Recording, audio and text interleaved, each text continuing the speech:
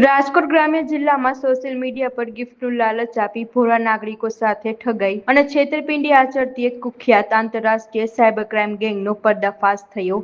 આ અંગે Rajkot cyber police સ્ટેશનમાં ગત 3 ઓગસ્ટ 2026ના રોજ ભારતીય ન્યાય સંહિતા અને આઈટી એક્ટની કલમો હેઠળ ગુનો દાખલ કરવામાં આવ્યો હતો. આ સમગ્ર પ્રકરણની તપાસ સાયબર પોલીસ સ્ટેશનના પીઆઈ રવિ ગૌતમ અને પીએસઆઈ અનિરુદ્ધ કામલિયાની ટીમ દ્વારા કરવામાં આવી. આ વિદેશી મહિલાઓના નામના ખોટા ફેસબુક આઈડી બનાવીને લોકો સાથે મિત્રતા કેળવતી હતી. ત્યારબાદ તેઓ ભોળા લોકોને વિદેશથી મોંઘી ભેટો મોકલ્યાનું જણાવી દિલ્હી કસ્ટમમાંથી ગિફ્ટ છોડાવવાના નામે રૂપિયા 6 લાખથી વધુ રકમ પડાવી લેતી હતી.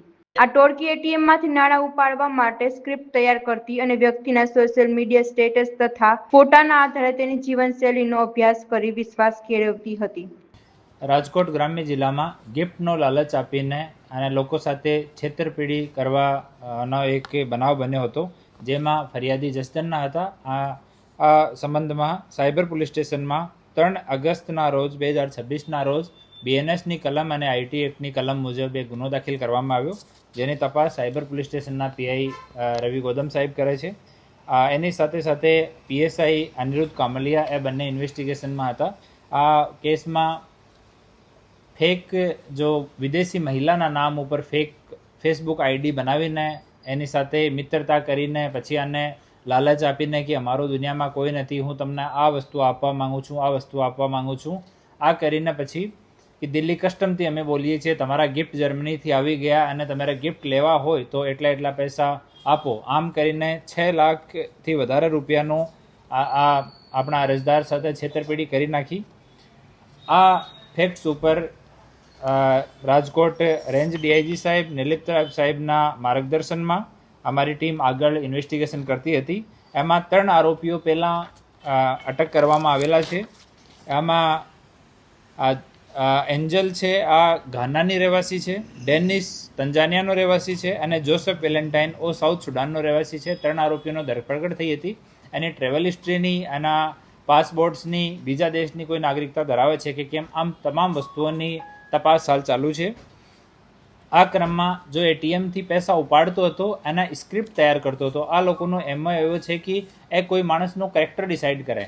આ કેરેક્ટર ડિસાઇડ કરીને કે આ માણસ સવારથી સાંજ સુધી શું કરી શકે, આ હિસાબથી જો ભોગ બનનાર હોય એની સાથે વાત કરતા હોય કે હું જેમ કે એક માણસ ના ફોટો લઈ લીધા, એના સવારમાં કોઈ એરપોર્ટ ઉપર ગયો તેના વિડીયો ડાઉનલોડ કરી લીધા, પછી ફરિયાદી સાથે એમ જ વાત કરે કે હું એરપોર્ટ આવ્યો છું અને ઇન્ટેન્શનલી ફરિયાદીને વિશ્વાસમાં લેવા માટે એ લોકો વિડીયો મોકલતા હોય છે. તો આ કામ કરવાવાળો એક ફર્ડિનાન્ડ ઉર્ફે માજી, આ નાઇજીરિયાનો રહેવાસી છે અને 2014થી આ ભારતમાં રહે છે. હાલ દિલ્હીમાં મેરોલીમાં ત્યાં નિવાસ કરે છે અને મૂળ કામ આ ફ્રોડનો છે. આ મેડિકલ વિઝા ઉપર 2014માં અહીંયા આવ્યો હતો અને ત્યારથી અહીંયા છે. હાર્ટનું કંઈ મેડિકલ સર્ટિફિકેટ લઈને એના ઉપર આ મેડિકલ વિઝો લીધો હતો. મેડિકલ વિઝો પણ એક્સપાયર થઈ ગયો. એનો પાસપોર્ટ રિકવર થયો છે. એની પાસેથી 4 મોબાઈલ ફોન રિકવર થયા છે, 1 laptop, 3 SIM, 1 passport, pen drive, wifi receiver અને રોકડ રકમ 20,900 રૂપિયા એટલો મુદ્દામાલ એની પાસેથી રિકવર થયો છે. એક ફોન જ્યારે આને ડિટેન કરવા માટે ટીમ ત્યાં પહોંચી, પીએસઆઈ અનિરુદ્ધ કામલિયા અને એની ટીમ, ત્યારે એક ફોનનો ફોર્મેટ કર્યો. આ ફોનને અને બીજા ફોન્સને અમે લોકો એફએસએલમાં મોકલી દીધા છે અને એનો ઇન્વેસ્ટિગેશન કર્યા પછી આગળ અમે લોકો વધવાના છીએ. આનો મૂળ કામ જે છે ને આ પૈસા વિડ્રો કરવાનો હતો અને સ્ક્રિપ્ટ તૈયાર કરીને અને જે બીજી છોકરીઓ છે એની ગર્લફ્રેન્ડ હતી, પહેલાં જો અરેસ્ટ કરી હતી આ એન્જલ, એની એક્સ ગર્લફ્રેન્ડ છે. આ માર્ચમાં બંનેનો બ્રેકઅપ થઈ ગયો. એ બંને મળીને આ કામ એ લોકો કરતા હતા અને આ સોફ્ટવેરથી પાર્સલના ફોટોગ્રાફ પણ તૈયાર કરતો હતો. જેમ કે આપણે જસદનવાળો આપણો ભોગ બનનાર છે તો એનું નામ, એનો સરનામો પૂરો લખીને એક વ્યવસ્થિત પાર્સલ લખીને એનો ફોટો પાડીને મોકલતા હતા કે અમે દિલ્હી કસ્ટમથી બોલીએ છીએ, તમારો આ પાર્સલ આવ્યો છે, આમ વેલ્યુએબલ સામાન છે, તાકી માણસને કોઈ આના ઉપર ડાઉટ નહીં જાય કે એ લોકો છેતરપિંડી કરનાર છે. તો આ હિસાબથી હાલ સુધીમાં 4 લોકો અટક થયા છે. આના જો બેંક અકાઉન્ટ્સ છે એની અને આના પાસપોર્ટની અને ટ્રેવલ હિસ્ટ્રીની બધી તપાસ હાલ ચાલુ છે. આમાં જે પ્રોગ્રેસ થશે એના વિષયમાં આપને ઓફિશિયલી અમે લોકો માહિતગાર કરવાના છીએ.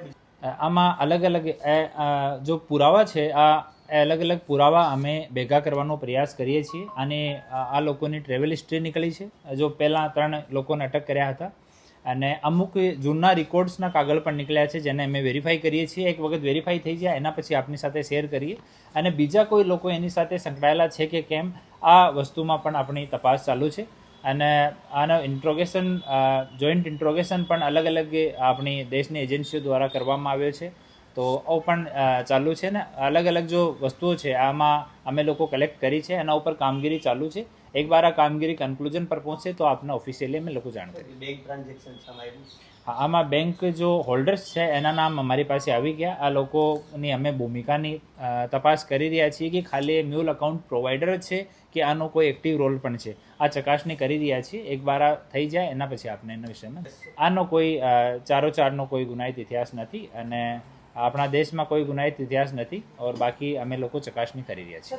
આમાં એ ચેનલ વાઇઝ કામ કરતા હોય છે. જે પહેલાં 3 લોકો પકડાયા, આમાં આનો ઉપરનો લેયરમાં આ માજી કામ કરતો હતો. માજીનું કામ હતો કે જો કિટ આપણે કહેવાય કે અકાઉન્ટની બુકલેટ અને એટીએમ કાર્ડ એ પ્રોવાઈડ કરાવવાનો, અને એટીએમથી પૈસા વિડ્રો કરવાના, સ્ક્રિપ્ટ રેડી કરવાની. તો એના ઉપર ઇન્ડિયન લોકો છે જેના અમુકના નામ અમારી પાસે હાલ ખુલ્યા છે, પરંતુ હાલની ઇન્વેસ્ટિગેશન ઇનિશિયલ ઇન્વેસ્ટિગેશન માજી સાથે થઈ છે. એમાં અમુક નામ આપ્યા છે. આ નામને અમે ફોન નંબર સાથે વેરીફાઈ કરી રહ્યા છીએ. એક બાર કન્ફર્મ થઈ જાય એના પછી આપની સાથે